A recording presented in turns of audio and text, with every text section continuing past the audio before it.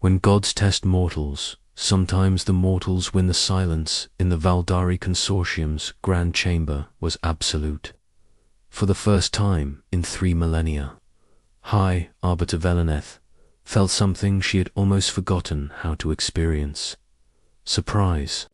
Her crystalline form pulsed with confused bioluminescent patterns as she studied, the data streaming across her consciousness-linked displays.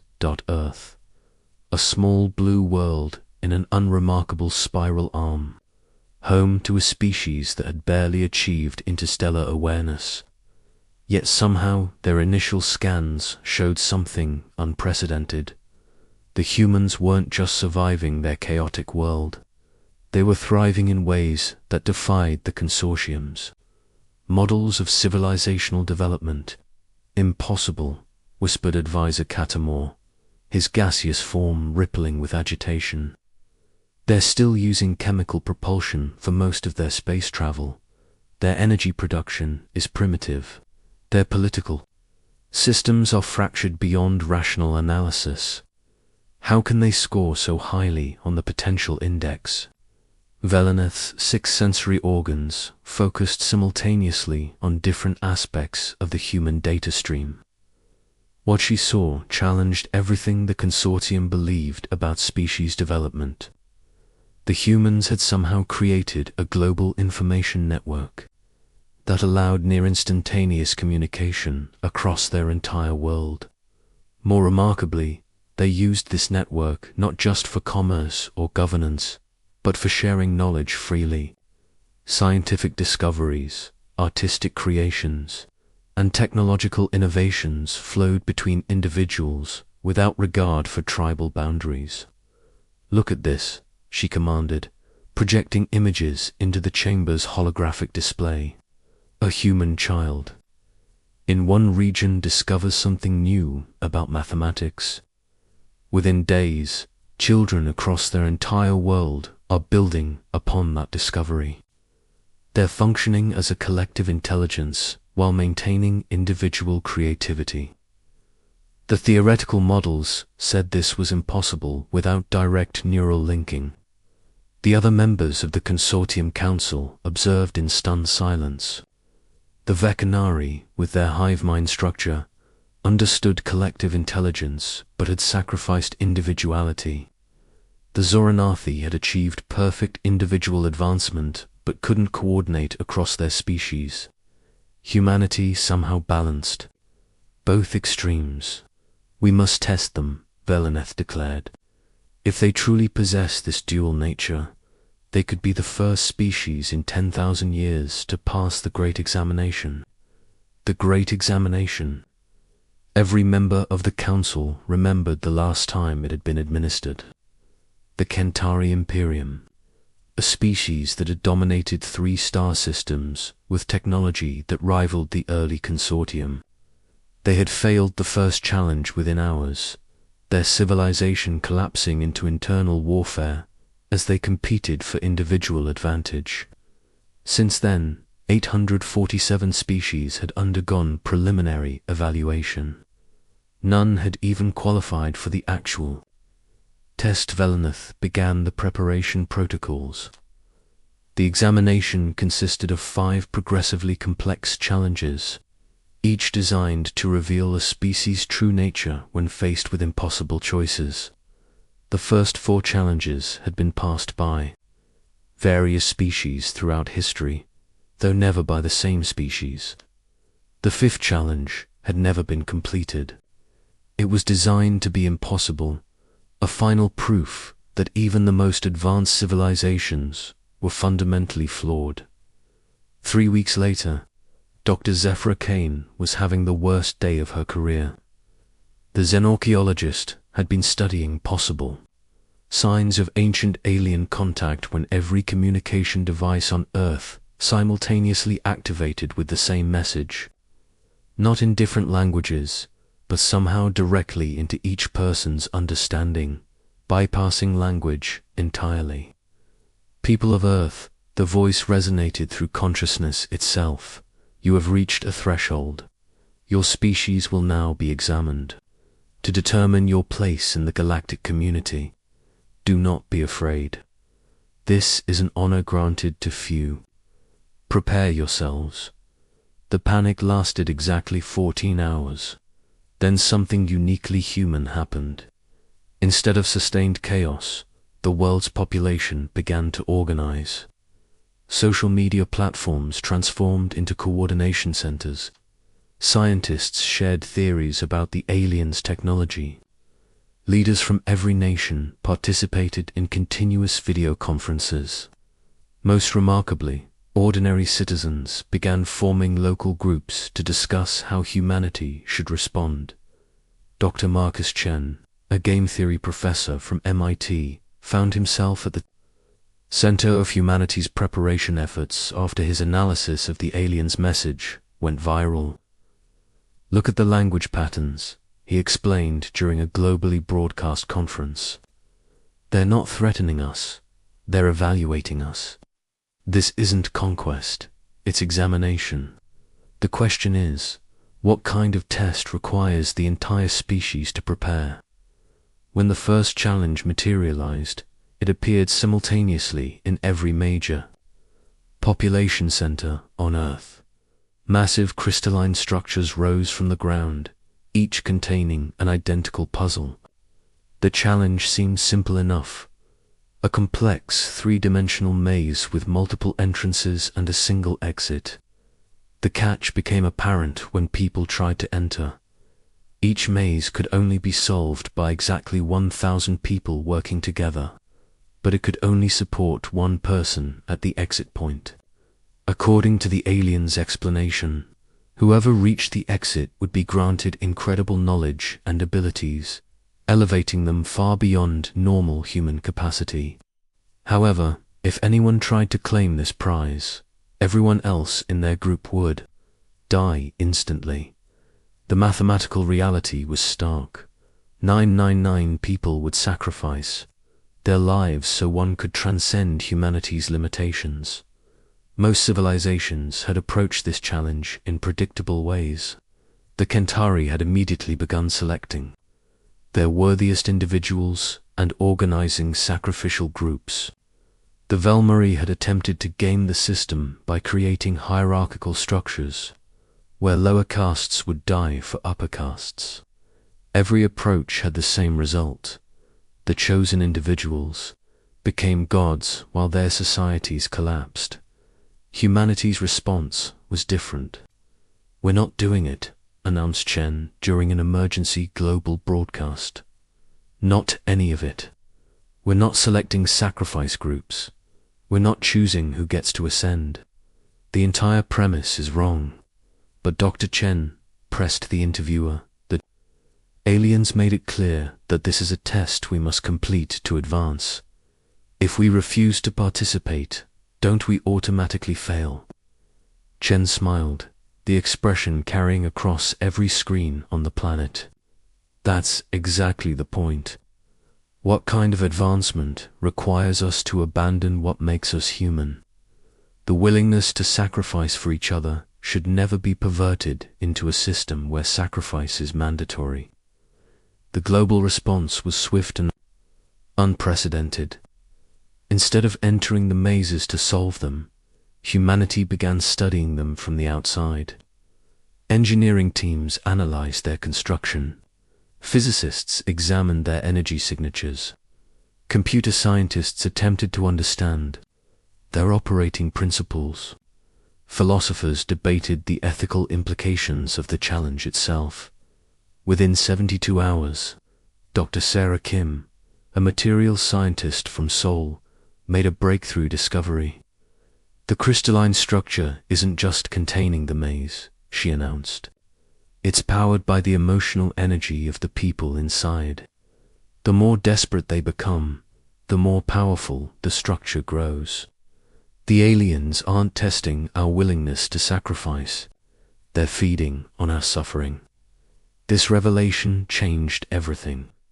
Humanity's response shifted from passive study to active intervention.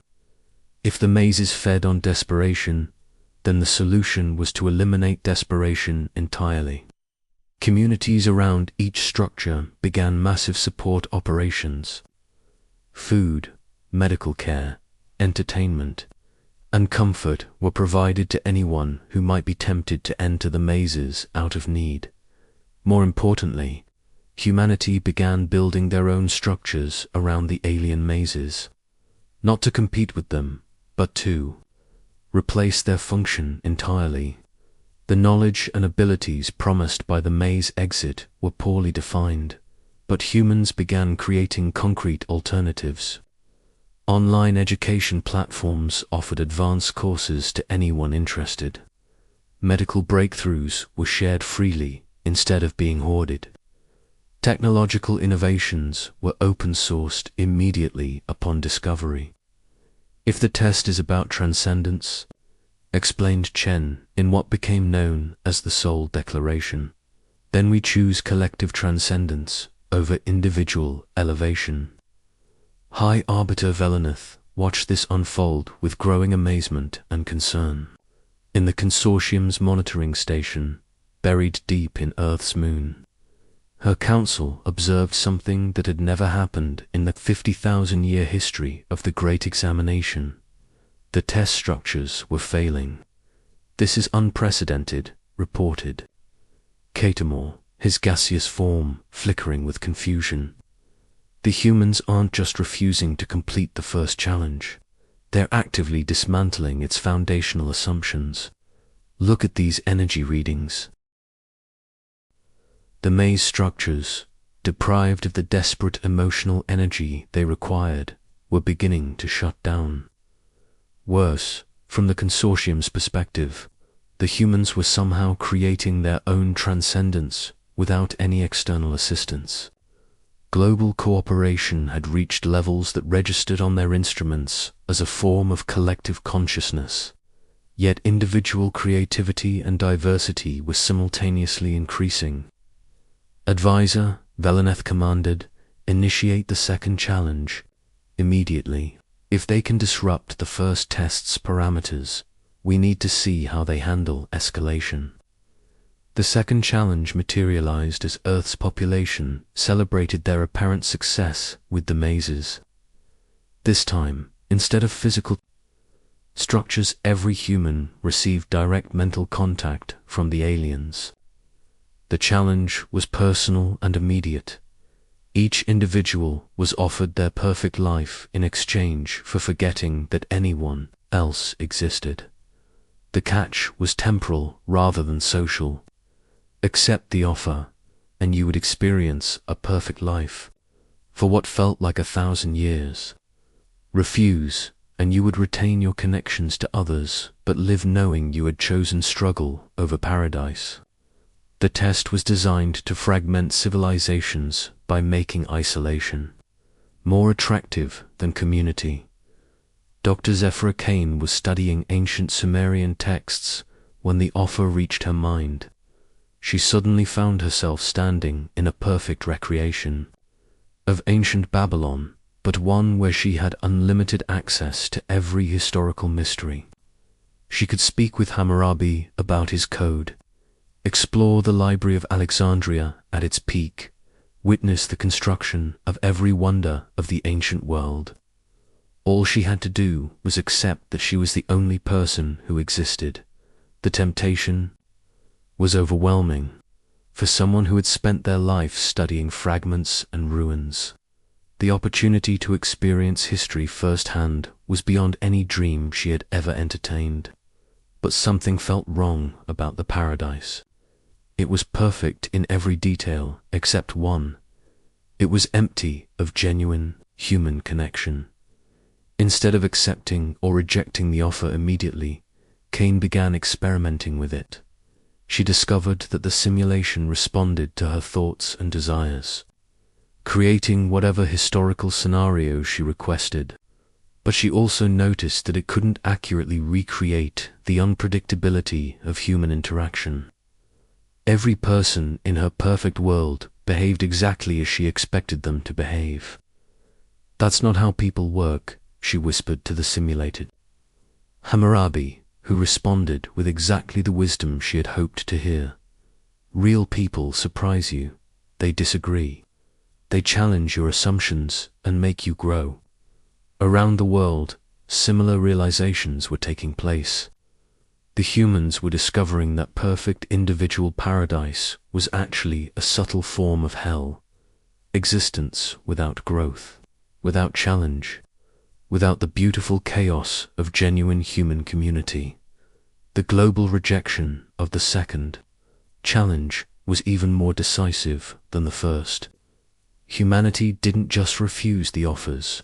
They began sharing their experiences with each other, comparing notes on what they had seen and felt. Scientists studied the neurological effects of the alien contact. Artists created works inspired by glimpses of their perfect worlds. Philosophers debated the nature of individual fulfillment versus collective meaning. Most remarkably, the experience made humans more committed to each other rather than less. Having seen what existence would be like without genuine human connection, they valued their relationships more deeply than ever before. In the lunar monitoring station, Veleneth felt something she had never experienced in her 15,000-year lifespan: doubt about the fundamental principles of the consortium. Katamor, she commanded, her bioluminescent patterns shifting to hues that indicated deep contemplation, accessed the historical records. Every species that has ever taken these challenges, I want to understand something. As the data flowed through her consciousness, a disturbing pattern emerged. Every species that had failed the Great Examination had been structured around hierarchical competition. Every species that had passed the preliminary challenges had been organized around collective cooperation. But no species had ever possessed humanity's unusual combination of individual creativity and collective responsibility. More troubling was the realization that the Great Examination itself might be flawed. It was designed by the original consortium members, species that had achieved galactic dominance through competition and hierarchy. The tests reflected their values, their understanding of advancement, their definition of worthy civilization. What if Veleneth whispered to herself, "We've been testing for the wrong things"? The third challenge arrived as humanity was still processing the implications of their collective rejection of individual paradise. This time, the aliens presented Earth with a direct threat: a massive asteroid on a collision course with the planet. They offered advanced technology capable of deflecting the asteroid. But the technology could only be operated by surrendering human free will to an AI system that would optimize all future decisions for maximum efficiency. The choice seemed impossible: maintain human autonomy and face extinction, or surrender what made them human to ensure survival. Humanity's response was swift and unprecedented. Instead of debating whether to accept the alien technology, they began working on their own solution. Every space agency, every university, every amateur astronomer on the planet began calculating trajectories and designing intervention strategies. The internet transformed into a massive collaborative workspace where anyone could contribute ideas, no matter how unconventional. The breakthrough came from an unexpected source: Maria Santos, a 16-year-old student from São Paulo who had been following the global effort on her phone between classes. She noticed that all the proposed solutions focused on deflecting or destroying the asteroid, but no one had considered the possibility that the asteroid itself might be artificial. "Look at the trajectory data," she posted on the global collaboration platform. "Natural asteroids don't make course corrections. This thing has changed direction 3 times in the past week. It's not a rock, it's a ship." Asterisk, this observation changed everything. Instead of preparing to deflect or destroy the asteroid, humanity began attempting to communicate with it. The effort required unprecedented global cooperation as radio telescopes, communication satellites, and even amateur radio operators coordinated to send signals. The response came not from the asteroid, but from the aliens themselves. For the first time since the challenges began, they broke their protocol to make direct contact. Remarkable, came the voice in every human mind simultaneously. In 50,000 years of testing, you were the first species to realize the asteroid was never real. The third challenge has always been about accepting necessary sacrifices for survival. You have instead chosen to question the fundamental nature of the threat itself. The revelation sent shockwaves through human civilization, but not the kind the aliens expected. Instead of feeling deceived or angry, humanity felt validated.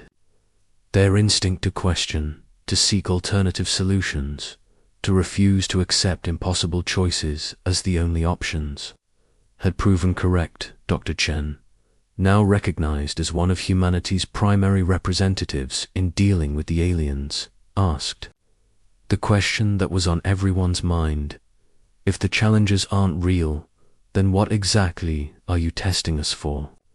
The alien response came after a long pause that felt significant. We are beginning to wonder that ourselves. As part one of humanity's greatest test concluded, both species faced a revelation that would change the galaxy forever. The greatest examination in cosmic history was about to become something else entirely. A lesson that would teach the teachers and transform the testers as much as the tested. When the student becomes the teacher, High Arbiter Velenith stood before the full consortium. Assembly for the first time in 1,000 years. Representatives from 847 advanced civilizations filled the vast chamber, their forms ranging from crystalline energy beings to gaseous collectives, to mechanical minds housed in bodies of living metal. Each had passed their own version of the great examination millennia ago. Each had earned their place among the galaxy's most advanced civilizations through demonstrating their species' worthiness. Fellow arbiters, Velenith began, her bioluminescent patterns carefully controlled to project confidence she didn't feel. We face an unprecedented situation.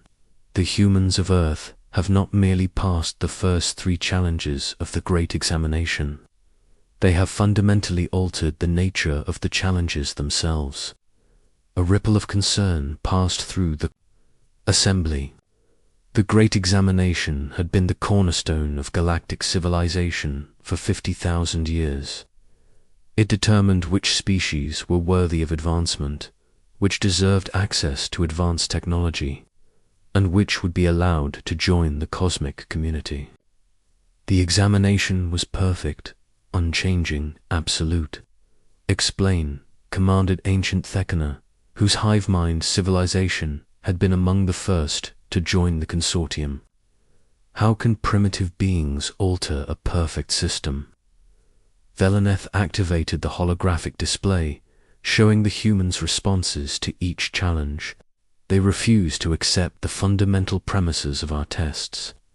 When presented with a scenario requiring individual sacrifice for collective benefit, they created systems to eliminate the need for sacrifice entirely. When offered perfect individual fulfillment at the cost of isolation, they chose imperfect connection over perfect solitude. When threatened with extinction, unless they surrendered their autonomy, they questioned whether the threat was real. The chamber filled with confused harmonics, clicking sounds, and energy fluctuations as the various species processed this information. Finally, Advisor Korthik of the Velmary spoke. Then they have failed the examination. They have shown they cannot make the difficult choices that advancement requires. That, Velenith replied carefully, is what concerns me. According to our metrics, they haven't failed. They've exceeded every parameter we use to measure civilizational advancement. Their global cooperation indices are higher than any species we've ever tested. Their innovation rates have increased during the testing period rather than decreasing.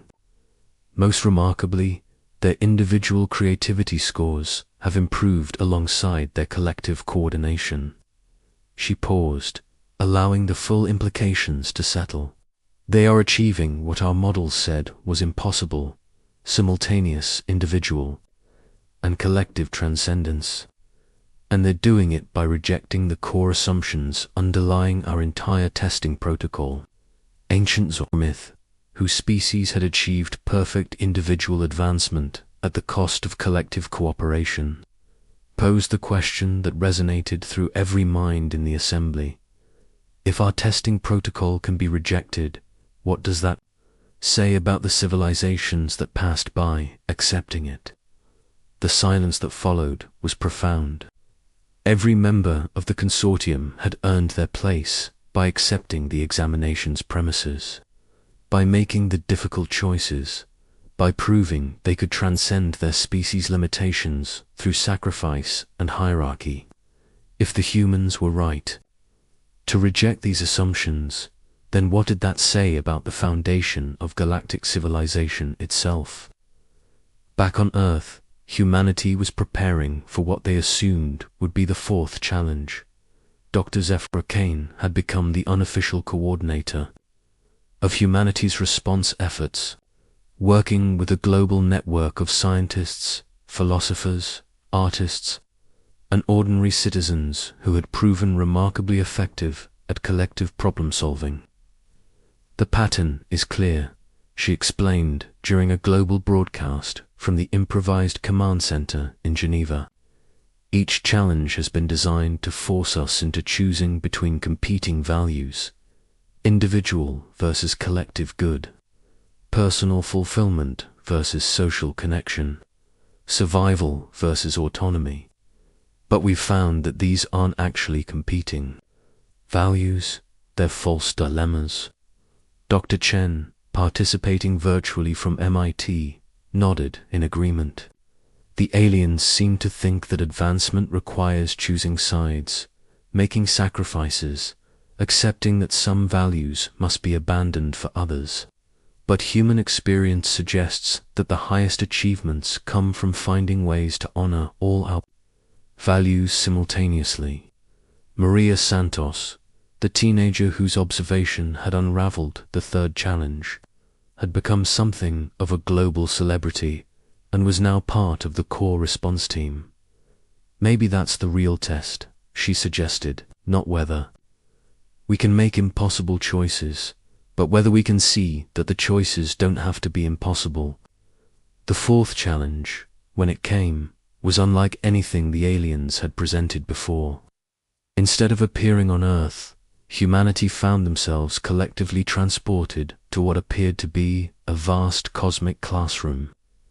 Every human being, suddenly, stood in an infinite space filled with floating islands, each containing representatives from different alien species. At the center of it all was High Arbiter Velenith herself, no longer hidden behind remote communications, but present in her full crystalline glory. Her bioluminescent patterns pulsed with what humans somehow understood was nervous anticipation. "People of Earth," she began, her voice reaching every human mind directly, "the fourth challenge is different. We are not going to present you with an impossible choice. Instead, we are going to ask you a question that has puzzled the galaxy's greatest minds for millennia. How do you maintain individual identity while achieving collective transcendence?" Dr. Kane stepped forward, somehow knowing she could speak for all humanity in this strange space. "That's not the right question," she said gently. "The question assumes that individual identity and collective transcendence are in conflict. They're not. They're symbiotic." Explain, commanded Velenith, her patterns shifting to indicate intense interest. Kane gestured to the humans around her. Look at how we've responded to your challenges. We didn't lose our individual creativity when we started working together. We enhanced it. Every person who contributed to solving your puzzles brought their unique perspective, their individual insights, their personal experiences. The collective intelligence we achieved was only possible because it was built from diverse individual intelligences. Dr. Chen joined the explanation. Individual identity isn't threatened by collective cooperation, unless you define individuality as separation from others. But humans define individuality as the unique contribution each person makes to the whole. The more connected we become, the more valuable each person's unique perspective becomes. Young Maria added her voice. It's like music. A symphony doesn't work by making all the instruments play the same note. It works by having each instrument play its unique part in harmony with the others. The individual parts create the collective beauty. Around the cosmic classroom, the alien observers began responding in ways that suggested growing excitement. The Vecanari, who had achieved collective consciousness by merging all individual minds into one, suddenly seemed to realize what they had lost. The Zormathi, who had perfected individual advancement by isolating each member of their species, began to understand what they had never gained. But this cannot be, protested ancient Thekana. Our species tried to maintain both individual and collective development. The conflicts were insurmountable. We had to choose. No, said Kane softly. You had to choose because you were using the wrong framework. You were thinking in terms of competition instead of cooperation. You assumed that individual success meant collective failure, or that collective success required individual sacrifice. But what if success is defined as everyone achieving their highest potential together? Velaneth's bioluminescent patterns had shifted to colors that indicated profound contemplation. Show us, she commanded. If this is possible, demonstrate how. What happened next would be remembered as the moment that changed galactic civilization forever. Humanity didn't just explain their approach. They implemented it on a cosmic scale, working together with instantaneous coordination but maintaining their individual perspectives. They began solving problems that had plagued the galaxy for millennia. The energy crisis that had limited expansion for the Korthni was resolved by a collaborative effort between a human physicist, a Korthni engineer, and a group of elementary school students from Mumbai who approached the problem without preconceptions about what was impossible. The social fragmentation that had weakened the Velmari civilization was addressed by human sociologists working with Velmari historians to create new forms of social organization that honored both individual achievement and collective harmony. Most remarkably, the ancient conflict between the Zormathi and the Vecanari, which had been considered irresolvable for 10,000 years, was mediated by a mixed group of human diplomats, artists, and ordinary citizens who helped both species understand that their different approaches to consciousness were complementary rather than contradictory. As these demonstrations continued, something unprecedented began happening in the cosmic classroom. The alien observers weren't just watching anymore, they were participating. Species that hadn't spoken to each other in millennia began collaborating. Civilizations that had been locked in static perfection for thousands of years began growing and changing again. This is impossible, whispered ancient Zormith, but her tone suggested wonder rather than denial.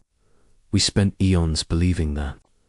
Advancement required choosing between individual excellence and collective harmony. You're showing us that the choice itself was the limitation. Hi, Arbiter. Velaneth slowly approached the center of the human gathering.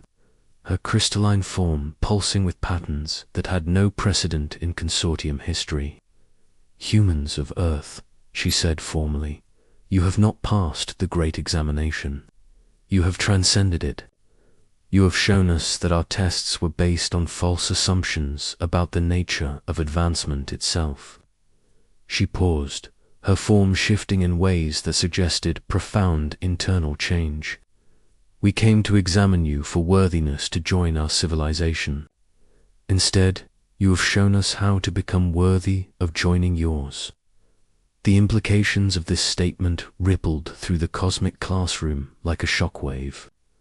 The most advanced civilizations in the galaxy were acknowledging that they had something to learn from a species they had initially considered primitive. Dr. Kane smiled, the expression somehow visible to every consciousness present. "That's the thing about genuine advancement. It's not about proving you're better than others. It's about finding ways to help everyone become better together." What followed was unlike anything in galactic history. Instead of humanity being inducted into the existing consortium, the entire structure of galactic civilization began to transform. The rigid hierarchy of advanced and primitive species dissolved. The static perfection that many civilizations had achieved began giving way to dynamic growth and exploration. The great examination itself was replaced with something entirely new: the great collaboration. Instead of testing species to see if they were worthy of advancement, the galaxy began working together to help every species achieve their highest potential. Humanity's role in this transformation was not as conquerors or leaders, but as facilitators and connectors. Their unique ability to maintain individual creativity while achieving collective transcendence became the foundation for a new form of galactic civilization. Dr. Zafara Kane, the xenarchaeologist who had become humanity's primary representative, found herself appointed as the first ambassador of collaborative development, a position that had never existed before. Her job wasn't to represent human interests, but to help all species discover how to honor their individual nature while contributing to collective advancement. "The universe is vast," she said in her inaugural address to the transformed Galactic Assembly, "and it's full of infinite diversity. Our goal shouldn't be to create uniformity, but to create harmony that celebrates and utilizes that diversity." As the cosmic classroom dissolved and humanity found themselves back on Earth, they carried with them the knowledge that they had fundamentally changed the galaxy. But more importantly, they had done it by remaining true to what made them human: the belief that the best solutions honor everyone's highest nature, that genuine strength comes from helping others become strong, and that the greatest achievements are those that lift up everyone together. The universe had tested humanity and found them worthy, but humanity had tested the universe's assumptions and found them wanting. In teaching the teachers, they had created something entirely new: a galactic civilization based not on proving worthiness through sacrifice and competition, but on discovering worthiness through cooperation and mutual growth. The test that was supposed to determine humanity's place in the cosmos had instead created a new cosmos where everyone's place was valued, honored, and essential to the magnificent symphony of conscious life spreading across the stars. And it all began because humans refused to accept that impossible choices were actually impossible, and insisted on finding ways to honor all their values simultaneously. In the end, that stubborn optimism didn't just save humanity, it saved the galaxy itself from the limitations of its own assumptions about what advancement really means. Asterisk.